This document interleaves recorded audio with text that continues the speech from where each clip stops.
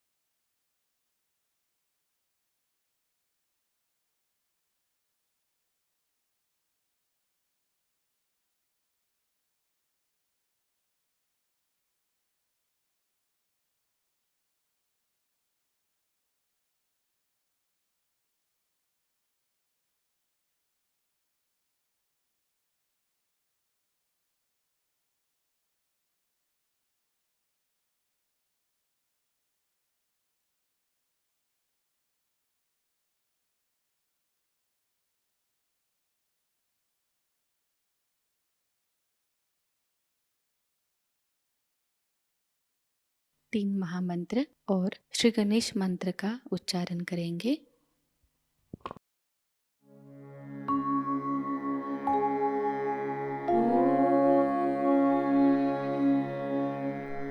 त्वमेव साक्षात्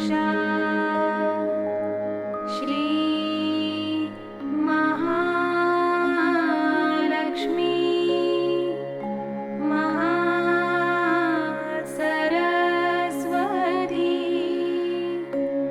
महाकाली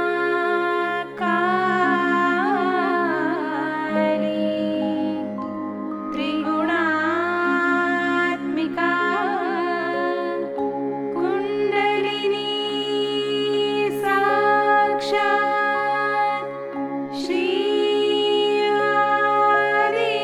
आदिशक्ति माताजी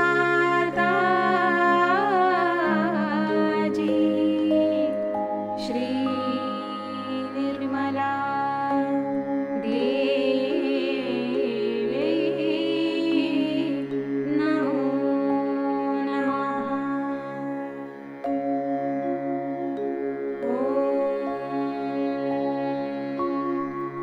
त्वमेव साक्षात्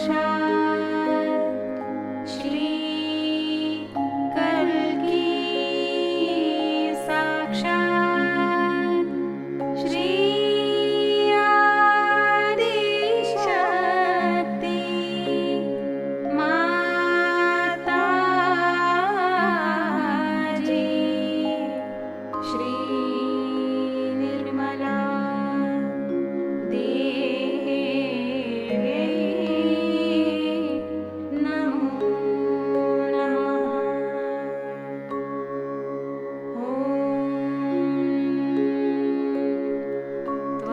त्वमेव साक्षात् श्री कल्की साक्षात् श्री सहस्रार स्वामिनी मोक्षप्रदायिनी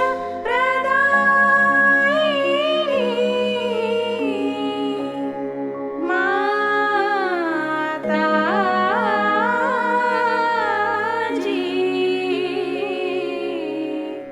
श्री निर्मला देवी नमो नमः।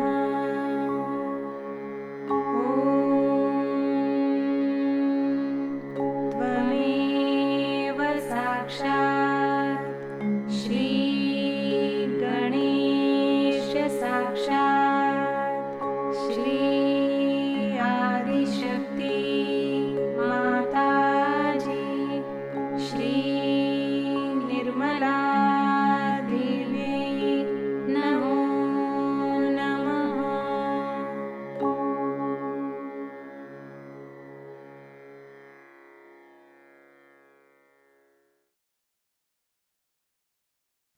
लक्ष्य केंद्रित करेंगे हमारे सहस्त्रार पर।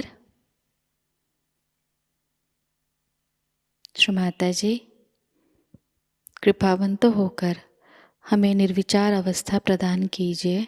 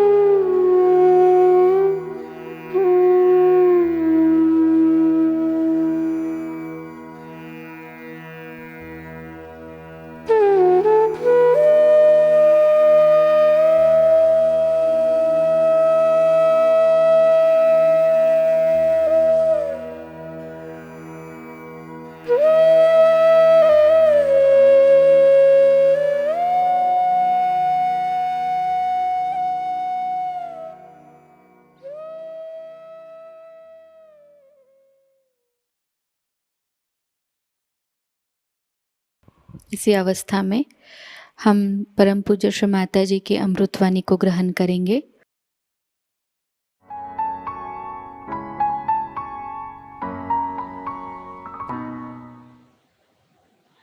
Today is a great day to come to Brighton because it's the day of Buddha's birth.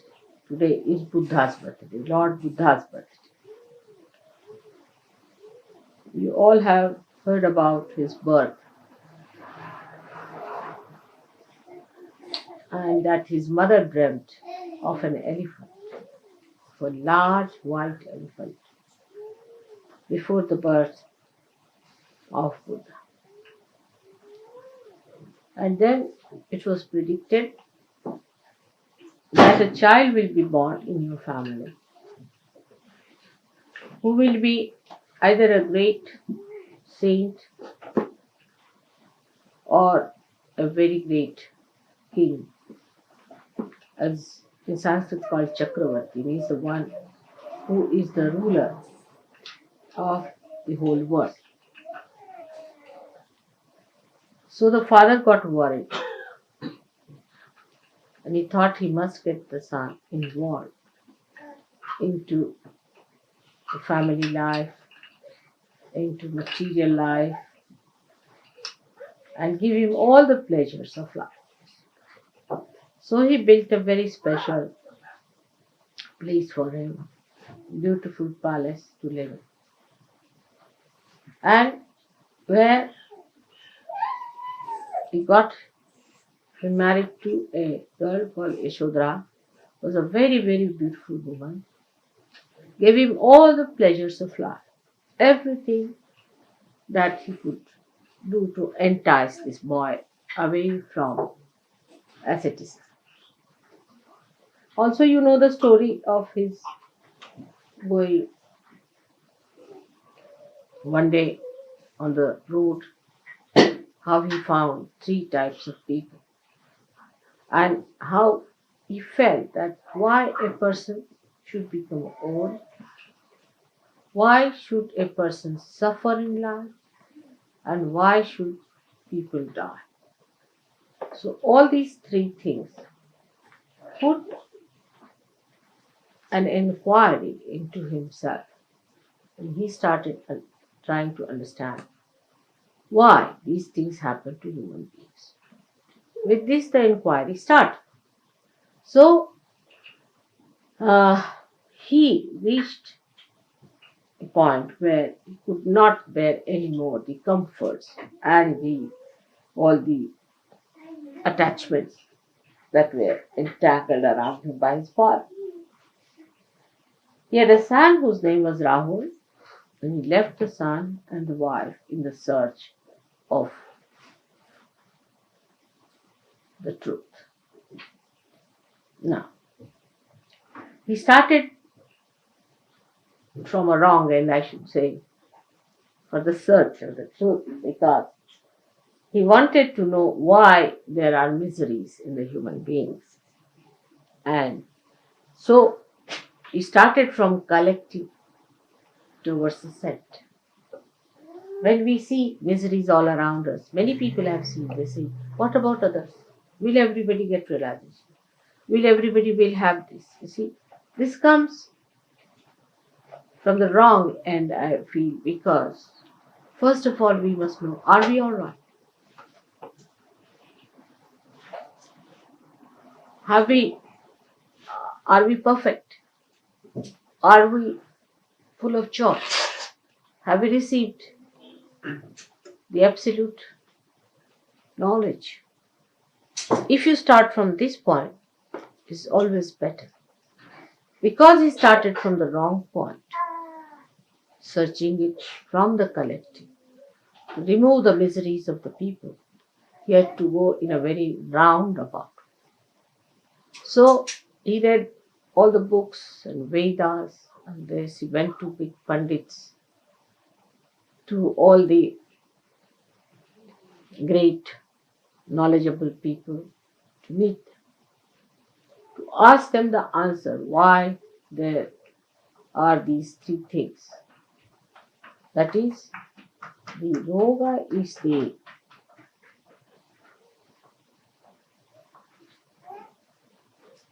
health or miserable physical body, then the death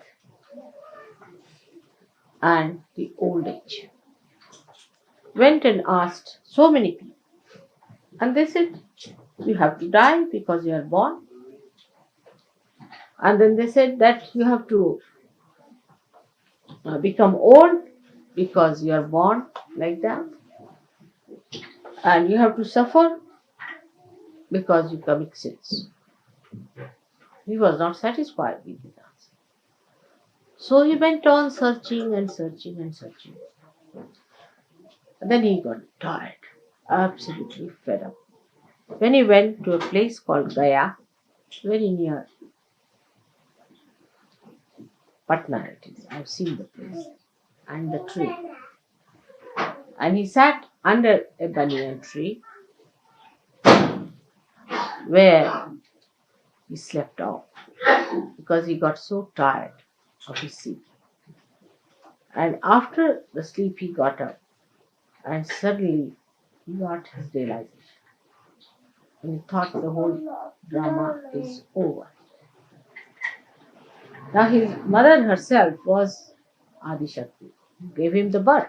And she died just after the birth of the child. And he got this realization.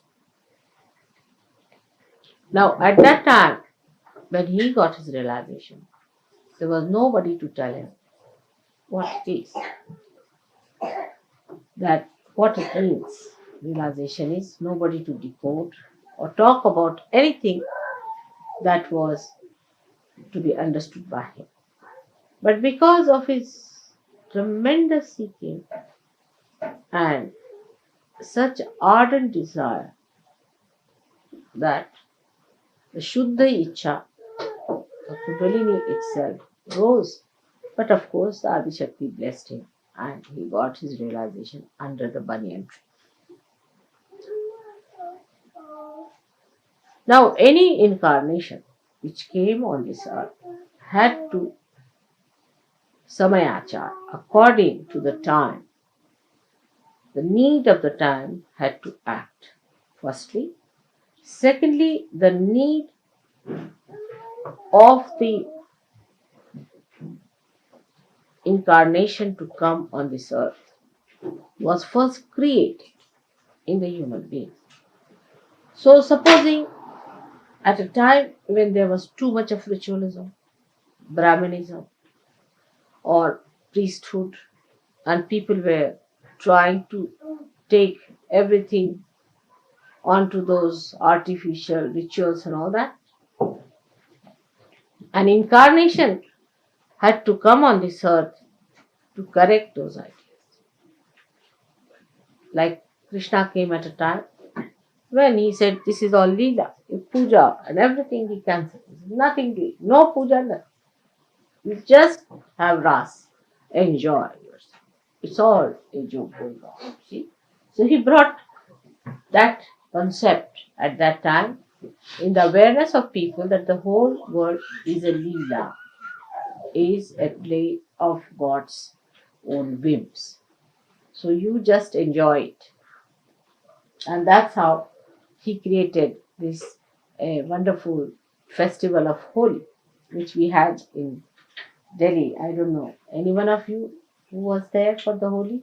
No. You were there? 2 years. No, but this time you were not there. You might get the pictures of that. So in the same way, when Buddha came in, first problem was that he thought that it's better not to talk about God.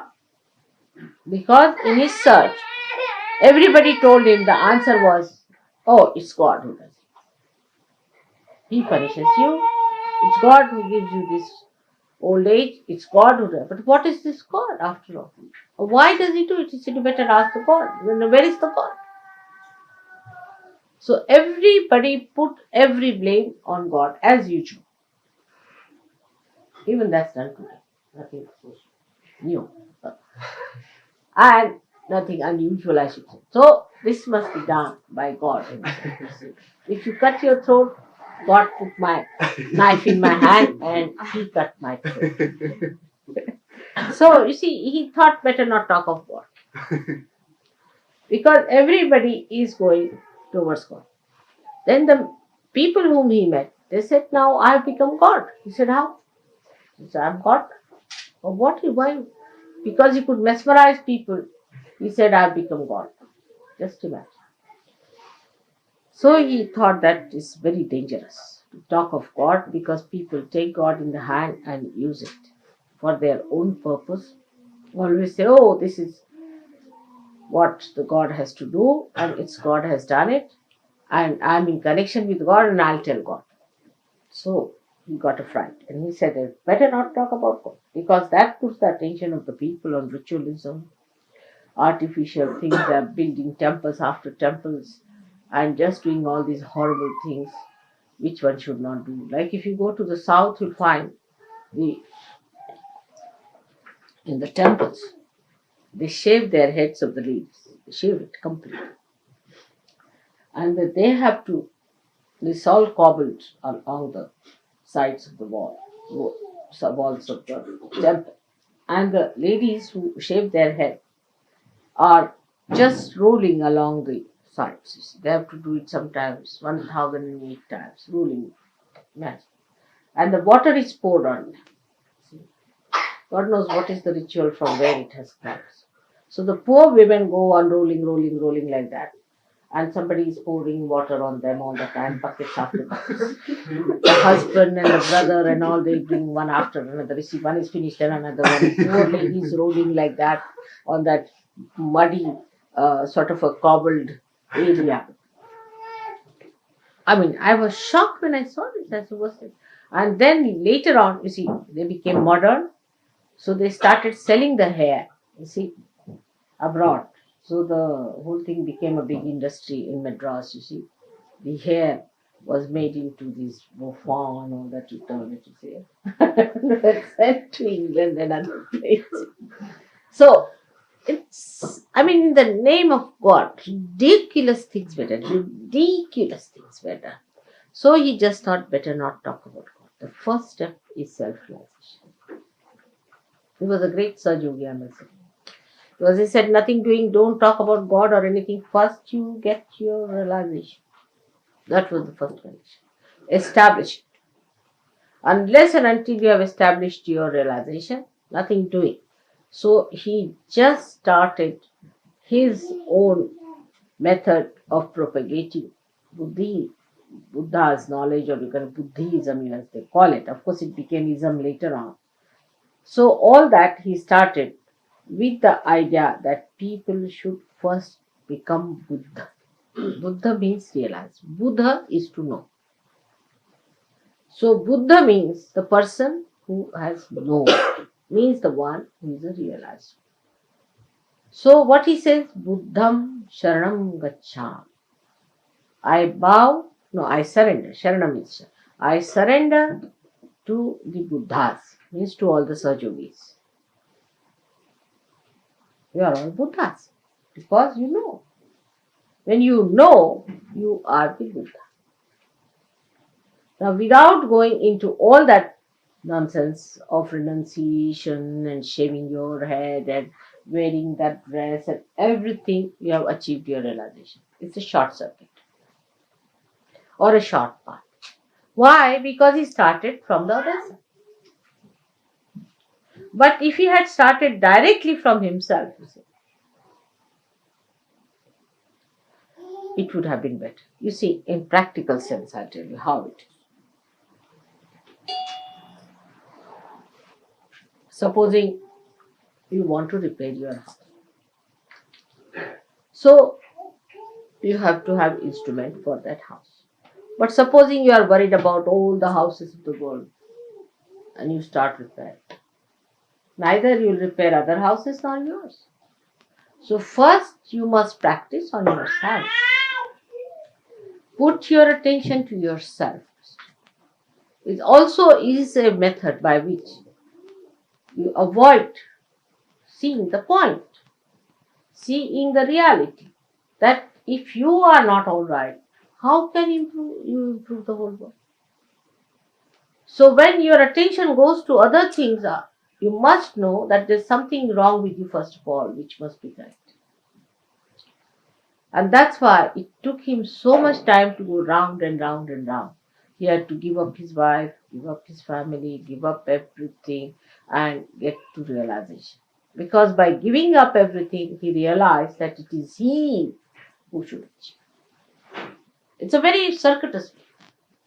But you can just say it doesn't exist anything, first let me get all right. That's Sahaja. Now what happened? That became a method for people to achieve God. Many people think that you must suffer like Christ to achieve God. You must renounce the world, then achieve God. Actually, renouncing the world and all that is just a myth. How do you renounce the world? It's myth. What are you renouncing? I mean, in any case, you can't carry this with you, can you? I mean, can you even carry, I would say, even a thread? Nothing. When you come like this. You are born closed fist. When you go, the hands are like this also. Have you ever seen a dead corpse? The youngest has his hands like this. Nothing empty. Just going like this. So you don't take anything from here. So this renouncing this, I renounce that, I renounce that, I give up this, I give up my wife, I give up that. Has no meaning. Because it's a state of mind in which your being becomes, I don't know the English word for that, which doesn't stick to something. What is it called? No. You see, any substance that doesn't stick to anything. I mean, we have all kinds of stick plastic. Unattached. Unattached. No, but that quality. There's a quality of the temperament which doesn't stick to it. Doesn't stick to anything. I mean, you put it here, it will come out. You can say the soap or something like that. Like mercury, mother. Huh? Like mercury, it just flows. Like mercury. But mercury also you can apply sometimes with heat. But this is something beyond mercury. It's absolute. Which doesn't stick to anything. You see? You just become like that. Oh, you do wear this, you wear that, you have this, all right. You are never. The name of the goddess is Nirmama. Nirmama. That for her nothing is her own. You see, she doesn't stick to it. She is in everything, but she doesn't stick to anything. For example, now see the light here. It's not sticking to anything, it exists by itself. Doesn't stick to anything. This is the nearest you can say, it doesn't stick to anything. Anything tries to stick it, you see, gets burnt. That's a good idea. So this is what it is. This is called an enlightened person. Doesn't stick to it. And whatever tries to come very close gets burnt off. So such a person is not attached to anything. But that's not a mental thing that you can do that, oh, I'm not attached to you. See, it's very common in this country, especially, I hate you. But you can't hate anyone. How can you? And nor can you love anyone, because the attachment cannot give you both the qualities. You see, because you are attached to someone, you say that you hate, simultaneously you are loving that. Because these are the dual qualities of attachment. See? So once you have attachment, you have both things. One moment you hate, another moment you love, another moment you hate, then you love, and you don't know what's the matter with yourself. But the thing is, the quality of the mind is such that it is either getting attached mentally or either getting detached mentally. But actually, anybody say you love someone very much. No, you don't even die together. Whatever you may try, you cannot die together. One person has to die earlier, another has to die later. So the answer to his question that he asked was, why all these things are caused? So he said, it is because of desire. Because of human desire, all problems are caused, like the death, like the old age, or the sickness are caused by desire. Now see, in Sahajayoga language, how we should understand him. Is the desire, as you know, is the left side. Left side gives you death. When the left side is very much used, you get to death ultimately when it is exhausted. When the left side is out, desire, you also get sickness. And when the left side is used too much, you get your old age. Of course, the right side is the one which does it, but the left side is the originator. If you have no desire, you won't go into the right side. First is the desire. The starting point is the desire. He reached the point all right, but he didn't clearly say what desire means. Desire means the left side. When we have the pure desire, which is the Kundalini, then all these things are neutralized.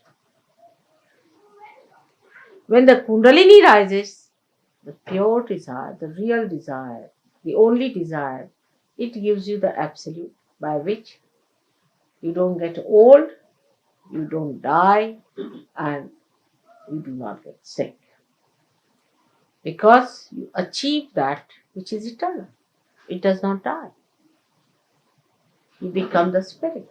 When you want to die, you die. When you want to be reborn, you are reborn. And you have that realized temperament within you. It does not die. That's what you take with you. Now you take your realization with you when you die. So what he tried to say was to build up that we should not have any desires. Now, because, you see, his passage was like that. He went from one to another, giving up this desire, that desire, that desire, that desire. Ultimately, he came to Kundalini. It's the same. Yan neti neti vachanai nigamo avochus. When you got saying not this, not this, not this, not this, not this, then you go to a point where you say, then what ultimately left is the desire, which is the pure desire. The desire that is the Kundalini. Say, for example, you say, I'll have a house. No, I'll not have a house. I'll have a car. No car. No, I'll not have a wife. I'll not look at any woman. I'll have nothing to do with it. I'll give up this, give up that, give up that, give up that, give up that. Till you reach a point where you are at an absolute point. And there you realize that the Kundalini rises. But I think it is going too far. Why not start from the Kundalini, right? Yeah. It's a simple thing. So Sahaja Yoga is the other way around stuff. Is that you better start from the Kundalini and neutralize all your left side. You see the point now? That's why Buddha was always regarded as an atheist. He was not. He was not an atheist. But as a matter of policy, he and Mahavira, they were contemporary. They decided, let's not have the name of God anywhere near. Because once you start the God business, big philosophies are built and people just start claiming it. I mean, they become that. Actually, anybody who reads Gita becomes a sort of a Krishna. Shri Krishna himself is the way he talks. People, I mean, you can be shocked the way they talk. As if they are Shri Krishna giving an advice to Arjuna, sitting on a chariot. They behave in that manner, their style is like that. I met one fellow called Chinmayanand. And I was amazed, the way he was talking. I was surprised. I mean, he was just behaving like Sri Krishna, of course, horrid looking. But he thought he was Sri Krishna himself. You see. So that's what identification takes place with human beings. When they start talking about God or his ways and others. So he said, all right, put that out. Just talk about self-realization. That's the first step. And Mahavira joined hands with him. It helped that time very much. To all the people who were in the name of ritualism, you see, they would say it's very difficult, Hinduism is the most difficult. You have to fast on Sunday because of the sun, Monday because of the moon, Tuesday because of the Mars, like that went on. And when do you eat your food? If you have to achieve God, then you have to take your bath at 4 o'clock and do this and do that and shave your head and then you become a sannyasi and you can't eat this and you can't eat that and you can't do that. All those things, ritualists, they start. But he felt that supposing if you take to sannyasi, So half of your desires are finished. You are a sannyasi. You are doing God's work, and there is no need to have a family or anything. So half of your desires are finished. If you have a family, then you want to do something for the family. You have to look after your family, and all that is to be done. But he did not realize that he was a realized soul. Others were not. You see, if a realized soul does that, it has no difference to him. Whether he has a family or no family makes no difference to a realized soul because he is not attached. But to a person who is not a realized soul, supposing he'll give up his car, he'll give up his house, go to the Himalayas. There, what he'll do? He'll have a hut and have a barbed thing around. Then he may think of a Georgian style of a house. It is an English one. Because according to them, Georgian style is unpretentious. So we can have, after all, we are sannyasi. That's typical. I tell you, all our Western mind is behaving in that way. If you see that we should be unpretentious. You see, it's very fussy, is the word they will use. If you put even a little, it's very fussy. They want everything to be plain, bland, you see. But what about inside? It's filled with what? This all bottled up with all kinds of rums, this, that. But the outside should be absolutely bland. The food should not be, if possible, just get it in its natural form. If not, don't have any taste in it. It should be so bland that any guest who comes to your house must starve. You see, all these funny ideas cropped up of asceticism. Then we have other people like Shambhalas who are going now to Gobi Desert. You see, they thought that this desert is not sufficient. Let's go to Gobi Desert. So they are going now to Gobi Desert. All these absurd ideas came out of Buddhism and also Jainism. Jainis went to the other extreme in vegetarianism because Buddha himself was not a vegetarian. Do you know that? He was not himself a vegetarian, nor was Mahavira. You'll be surprised. Vegetarianism for them was a philosophy. It was not a sort of a thing where you don't eat meat and all. Because Buddha himself died when he went to one of his disciples who was a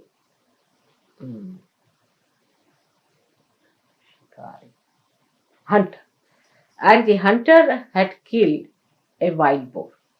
And he said that the wild boar has been killed just now and it will take some time to cook. It's rather half done. I mean, he being an Indian, he could not eat that half done thing and he got diseased I think this liver or something got into problem and he died of that. See? I mean, I can't eat half done myself, you see. This is half done now. Half done is a horrible stuff, but we eat because it is unpretentious, you see, or some sort of a thing. People have idea it's not, it's very next to the nature. You see, this is what is coming, but is all deliberate. You are attached inside. Outside, if you behave like that, you are not going to become that. Like hippies have an idea if they live like primitive people, then they become primitive. You cannot, your brain is modern. Just by living, you see, wearing a wig like a hippie, can I become primitive? I cannot, my brain is modern, you see. That's what people don't understand, that we are too deliberate. And all these deliberations can be only reduced if your self comes into your attention. Otherwise, all these are just our mental projections. So all this sannyasa and all these ideas came. Gradually, everyone who came on this earth, people have really made a mess out of them. And Buddha's mess has gone to such an extent that if you see that, you'll be shocked. It went into many formations. But I heard from my son-in-law that he went and visited some of the caves where the very early Buddhists lived, in the caves, because They were not supported by kings or anything, so they had a very bad time. And they used to live in the caves. And what my son-in-law told me, that in the caves there are writings in Sanskrit, in Pali, and in Indian script, saying that it is the spontaneous happening that can bring forth the self-realization. He's got that photographed. So it's coming forward. You see, so they knew about the Sahajayoga. They knew about it. But then, as every religion has gone into a mess and a lot of funny sort of, we can say, the funny sort of expressions. Also, Buddhism has gone, became Mahayana, Hinayana, all sorts of things. But one of them was called as Viditama, who ran away from India, settled down in Japan, and he started the Zen system of religion, which he kept to the spontaneous happening. That's one was preserved. Another was the Lao Tse style, who did not talk of God and of Buddha, but of Tao itself, the energy, or we can say about the Adi. So these two good things came out of it. While they searched back into the history of China, and they found out the Adi Shakti lived many years back there as Kuan Yin. And that's how Kuan Yin was established as a goddess for many Buddhists. Now then, Buddha also got into another form because there was a big competition between Hindus of those days, and the Buddhists. So they wanted to form. For ordinary people, it's very difficult to understand the philosophy. So they thought that we should have Buddha expressed as he has been and he will be. So they formed their, see, as you say, he's a Maitreya is going to come, the future Buddha is Bodhisattva, and they started making his statues and everything. So they made Buddha as the god and started using him to represent the divine power, giving him forms and things. And like that, many things happened. But Buddha himself was so much frightened of the ritualism that they said, you should not worship anything, you should not build any temples. So, you see, the loophole was found out. If temples are not to be built, we'll build stupas. Now, in the stupas, they put the tooth of Buddha. Of course, that was sensible to do, I must say. But of course, Buddha had said not to do it. And they put it there. He had two disciples called as Sariputta and Mugala. They were very good disciples of his. And their bones were collected after they were burnt out and were put in the stupas. That was something definitely sensible to put them there. Of course, the bones and all these things should not be disturbed because it's not good. It creates a problem for the body. But at least if they have put it there in the Mother Earth, it would have been all right, but they put it in caskets. Now, the first casket was made of wood, the second of silver, the third of iron, the fourth one of wood, sort of thing, mummified those things. But that was a very wrong thing to do because if you go on keeping like that, some parts of the body of these great people, it can hamper their rebirth or their body which they want to again incarnate. But hair is all right or nails are all right, but you shouldn't keep the part of their body like that. And this kind of thing gave another nonsensical ideas to horrible human beings. What they did, that they thought that if we have to keep some part of the person who died like divine person, why not we cut the hand of someone and like that. So in Tibet and all these places, especially in Ladakh, see, they used to cut the hands of the people when they died, and big ritual for the dead, and then they started going towards the dead. So they started moving towards the left side. Most of the Buddhists moved to the left side which was absolutely prohibited by Buddha, because he is on the right side. He said, cut down your desires. Do the karmas without the desire. This was his idea. Activate your right side without the desire. This was his philosophy. But all of them are left side. They have desires, not only desires, but whatever they do it out of desire. Like the worst is like the Japanese. They think that you can commit suicide in the name of your nation. With this desire, they will commit suicide. To save their country, they can commit suicide. I mean, it is absurd. He said, whatever you have to do without the desire, which is a difficult thing for human beings. How many there are who are doing it without desire? And whatever we do out of desire. Even at a subtler form. Even when we do puja, we do with the desire that our vibrations will improve. Can you think of a state where it is absolutely desireless? Only one person has that. There's no desire.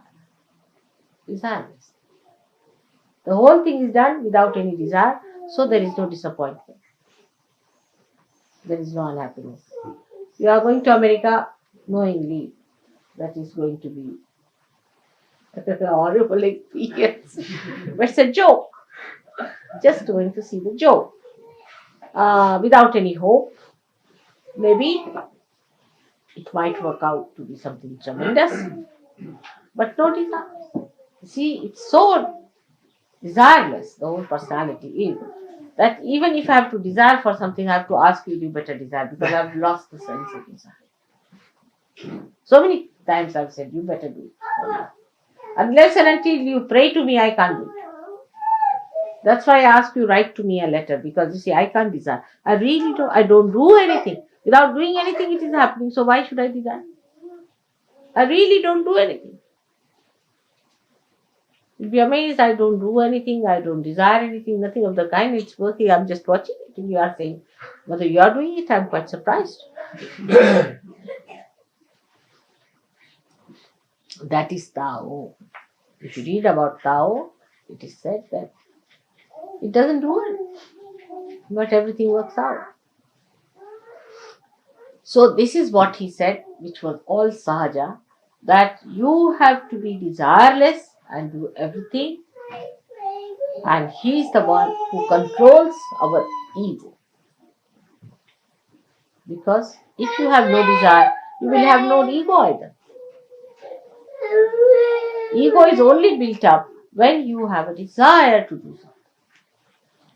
That is, you just do it for fun, just for joy, just for doing. Then how will you build up ego? You cannot. Like an artist is painting just for fun and throwing it. Creating something just for fun. That's what God is. Not with a desire to achieve something. I mean, the desire is so gross, can be extremely gross. It can become subtler and subtler and subtler. That's a good way. But it can be very, very gross also. Like some people can believe that, you see, I should paint it because I'll get so much money. Or I can sell it to somebody who may be the worst man, but I'll sell it because I can get more money. That's absolutely the grossest of all, you see. That you can go to the most sinful things. I mean, I don't know. There can be even worse desires than that. Can be very many. But on this auspicious day, we should not think of them, which are there like that. But minimum of minimum, if we come, just do your puja just for the joy of it. Not with any desire. Just for the joy. I mean, we are doing so many things like that. For example, we enjoy each other's company. Just think of that. We also, yogis, are enjoying each other's company. What's this for? Nothing at all. There's nothing. Just we are enjoying it without any desire. Just for enjoyment's sake, enjoyment. When that purity comes, you see, in our temperament, that we do everything without any desire, we have got rid of our ego. The Buddha is awakened within us. And that's what is the importance of Buddha. That he settled down himself in a place which is the most difficult place. That is on the left side of your head, you see. Sometimes I have seen it projects here up to this point, in some people. They get such a terrible pain, pulling it out from there.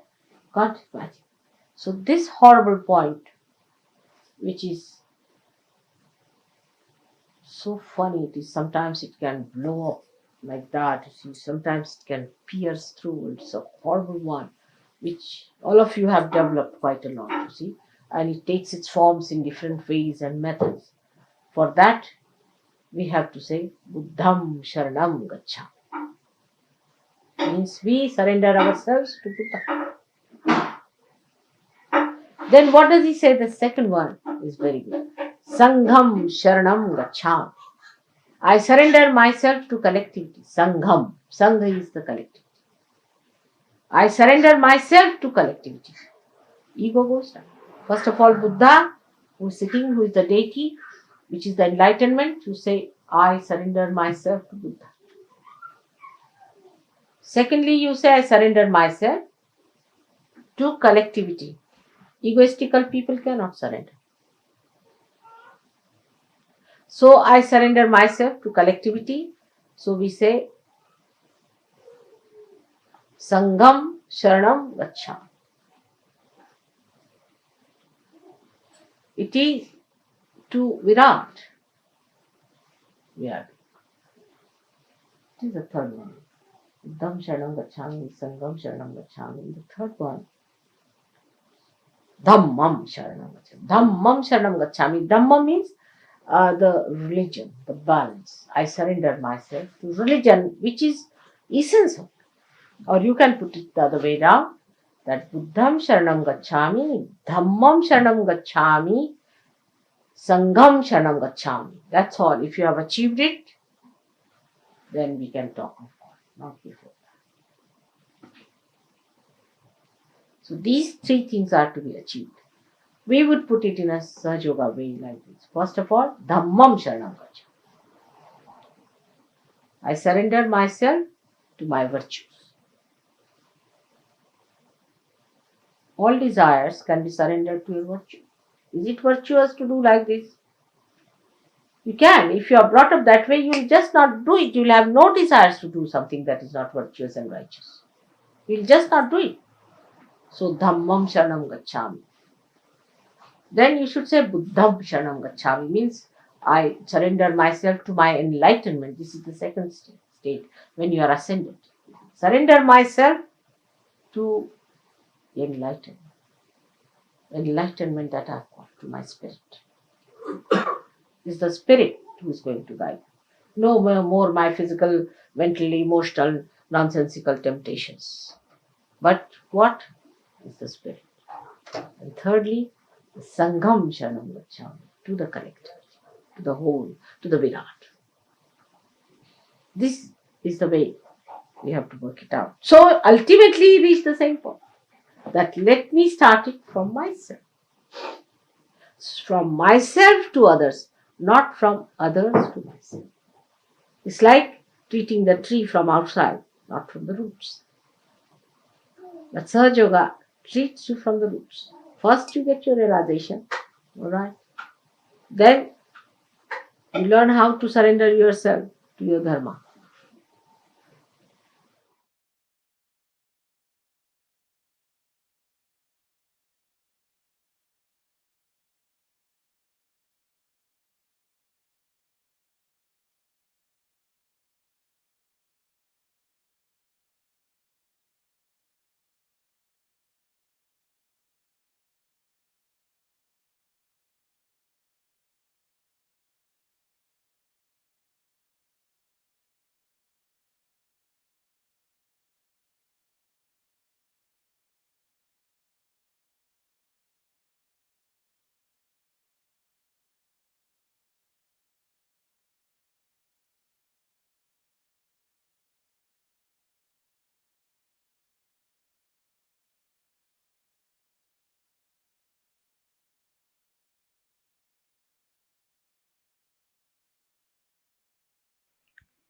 परम पूज्य श्री माताजी,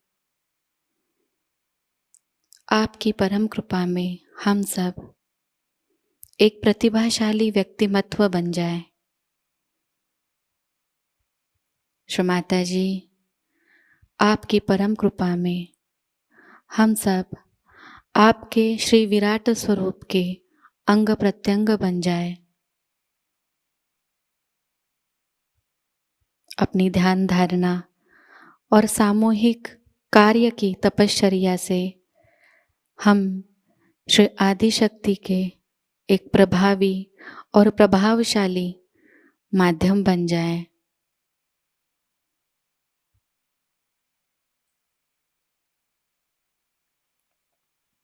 परम पूज्य श्री माताजी, आज का यह सामूहिक ध्यान हम आपके श्री चरणों पर समर्पित करते हैं। कृपावंत होकर हम सबको और इस संपूर्ण विश्व को आशीर्वादित कीजिए।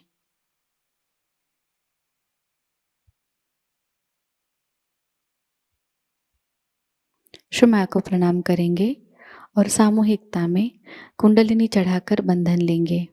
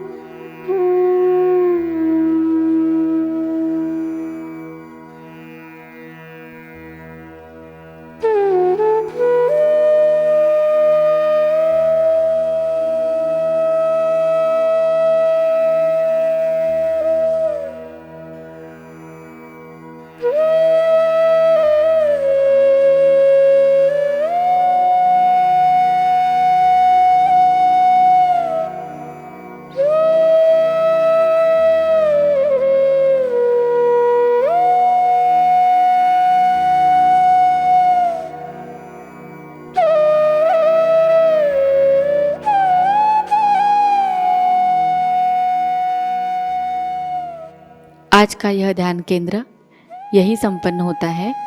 जय श्री माता जी।